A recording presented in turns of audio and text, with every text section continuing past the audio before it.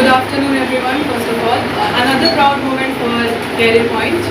हमारे स्टूडेंट्स ने हमारे एक्सपेक्टेशन से बहुत ही अच्छा इस बार परफॉर्म किया है। उनका रिजल्ट्स जो है हमें बहुत ज़्यादा प्राउड फील करा रहा है। हमारे जो कैरियर पॉइंट पटना की डायरेक्टर हैं वो है Asif Iqbal sir, Kunal Sharma sir and Saurabh Saxena sir. और हमारे बीच अभी सौरभ सक्सेना सर प्रेजेंट हैं। हमारे सारे डायरेक्टर्स जो हैं वो IIT हैं और सारे ही IIT बॉम्बे के। स्टूडेंट्स के बारे में जो भी अभी बात करेंगे वो सर करेंगे। इनकी बहुत सारे स्टार्टअप्स हैं ऑलरेडी, बट इनका जो मेन फोकस रहा है और मेन इंटरेस्ट जो रहा है वो हमेशा से एजुकेशन के लिए ही रहा है। बच्चों को सही गाइडेंस मिले, वो अच्छे से पढ़ पाए, कोई भी बच्चा किसी भी रीज़न से पीछे ना रह पाए और जितना अच्छा स्कोर कर पाए, ये हमारा मेन फोकस रहता है। जैसा कि आज रिज़ल्ट आया, काफ़ी अच्छा रिज़ल्ट आया बच्चों का। काफ़ी मेहनत जो बच्चों ने करी थी और जो हमारी फैकल्टी मेंबर्स ने करी थी, उन सब से काफ़ी अच्छी एक माइलस्टोन अचीव कर लिया बच्चों ने और सभी बच्चों ने। जितने भी बच्चे मेहनत करके करिकुलम ख़त्म होने के बाद भी लगे हुए थे, मेहनत कर रहे थे इस कोर्स के ऊपर IIT के एग्ज़ाम के लिए, उस सारे के सारे इस माइलस्टोन को क्लियर कर चुके हैं, जो मेंस का जो माइलस्टोन रहता है। और अब हमारा फोकस ये रहेगा कि उनका जो एक फोकस है वो कम्प्लीटली IIT क्लियर करने पे रहे। काफ़ी बारी ऐसा हो जाता है कि थोड़ा सा अगर आप बहुत अच्छे स्कोर कर लेते हैं मेंस में तो फिर एक होता है कि सारे कॉलेजेस खुल जाते हैं, सारे ऑप्शंस खुल जाते हैं। लेकिन जब हम लोगों ने जब IIT वगैरह के एग्ज़ाम्स दिए थे तब एक ही एग्ज़ाम होता था, तो आपको पता होता था कि भाई इसी में अच्छा करना है, इसी को क्रैक करना है, और उसमें आप फिर इधर उधर की कुछ भी नहीं सोचते थे। तो हमारी फैकल्टी का और हमारे मैनेजमेंट का सभी कहूँगा कि इन बच्चों का जो क्योंकि एक पड़ाव पार हो चुका है, अगला पड़ाव पे उन लोग कम्प्लीटली फोकस रहें, उस एग्ज़ाम की तरफ ध्यान रखें और उस एग्ज़ाम को जितना अच्छे से दे सकें, कर सकें, वो करते रहें। एक ये चीज़ भी हमने ज़रूर देखी है कि मतलब और ये करियर पॉइंट पटना का हमारी तरफ से एक कोशिश हमेशा रहती है कि बच्चों को एक ग्लोबल आउटलुक भी मिले। It's not just about engineering, it's not just about IT। एक हमेशा उनका एक ग्लोबल आउटलुक बना रहे, कम्युनिकेशन, एक कनेक्शन, क्योंकि एक इंजीनियर का काम ही ये होता है कि भाई आप बाहर की दुनिया से कनेक्ट कर पाएँ, बाहर की प्रॉब्लम सॉल्व कर पाएँ। तो उस चीज़ के ऊपर हम काफ़ी फोकस रखना चाहते हैं अपने बच्चों को अभी से। और उसके लिए कुछ अगर शॉर्टकमिंग्स भी हैं तो उसके लिए हमारे पास हर तरीके की सुविधा प्रोवाइड की गई है बच्चों को।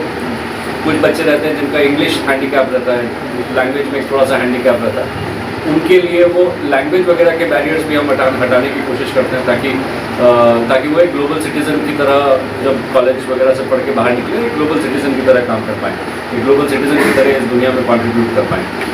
तो ये करियर पॉइंट पटना का एकदम फोकस्ड अप्रोच है। और मैं सारे बच्चों से यही कहूँगा कि अगले कुछ दिन जब वो एडवांस्ड की परीक्षा के लिए तैयारी कर रहे हैं, एकदम 100% अपने मन में पॉजिटिविटी रखते हुए और अपने काउंसलर्स और अपने टीचर्स के साथ काम करते हुए उस पर से कहीं पर भी कभी भी फोकस ना हटाएं। और यही हमारा कोशिश रहेगा उन लोगों के साथ, उन बच्चों के साथ, कि ये सभी के सभी अच्छे से अच्छी रैंक लेकर के IIT में पहुँचें। कितने बच्चे शामिल हुए थे, कितने निकाल लिया? जितने काफ़ी अलग अप्रोच होती है और एडवांस में काफ़ी अलग अप्रोच होती है। एक वक्त था जब सिर्फ एक ही तरीके का पेपर हुआ करता था, तो आपको और मैं हमारे टाइम की बात कर रहा हूँ कि उसमें आपको सिर्फ एक ही तरीके से प्रिपेयर करना होता था क्योंकि एक ही तरीके का पेपर आता था। लेकिन अब बच्चों के अप्रोच मेंस के लिए अलग और एडवांस के लिए अलग होनी पड़ेगी। दोनों में अलग अलग तरीके के सवाल आते हैं, दोनों में अलग अलग तरीके के फंडामेंटल्स टेस्ट किए जाते हैं। एडवांस के लिए हमारा मानना यह है कि सबसे बड़ी चीज़ है कि आपके फंडामेंटल्स जितने आप अभी तक पढ़ चुके हैं उनके ऊपर जो आपके स्ट्रॉन्ग पॉइंट्स हैं उनके ऊपर इतना फोकस होना चाहिए कि उनसे रिलेटेड कोई भी प्रश्न यदि एग्ज़ाम में आता है तो वो आप 100% कॉन्फिडेंस के साथ अप्रोच कर सकें। और अब एक ऐसा पड़ाव आ चुका है जिसमें अब आप किसी भी नई चीज़ के ऊपर या किसी नए टॉपिक के ऊपर या किसी नई प्रॉब्लम स्टेटमेंट के ऊपर काम नहीं करना चाहिए। जितना आप पढ़ चुके हो अब तक उतना सफिशिएंट है, उसके अपने स्ट्रॉन्ग पॉइंट्स को 100% फोकस रह करके करते रहना चाहिए। दूसरा ये है कि डिस्ट्रैक्शंस बहुत रहते हैं आज की तारीख में, वैसे भी ज़्यादा ही रहते हैं, टीवी से लेकर के सोशल मीडिया तक सब कुछ ही आज अवेलेबल है बच्चों के पास। अरे इस टाइम पे माइंड को रिलैक्स रखने की बहुत ज़्यादा ज़रूरत है। तो मेरा मानना ये है कि जितना भी आपका सोशल मीडिया, टीवी और ये सब में जितना भी नेगेटिव चीज़ें भरी रहती हैं, उन सबसे अपने आप को दूर रखना चाहिए, रिलैक्स रहना चाहिए। एग्ज़ाम के बारे में ज़्यादा बातचीत भी नहीं करनी चाहिए और ज़्यादा सोचना नहीं चाहिए। बस अपने अपने पॉजिटिव पॉइंट्स पर फोकस करके चलें और अपने सलाहकार जो काउंसलर्स हैं और अपने जो टीचर्स हैं, फैकल्टी मेंबर्स हैं, उनके साथ आप सलाह मशवरा कीजिए ताकि एक पॉजिटिविटी आप में बनी रहे। ये मेरा मतलब सबसे महत्वपूर्ण मेरा मानना है कि ये सारी चीज़ें बहुत महत्वपूर्ण हैं।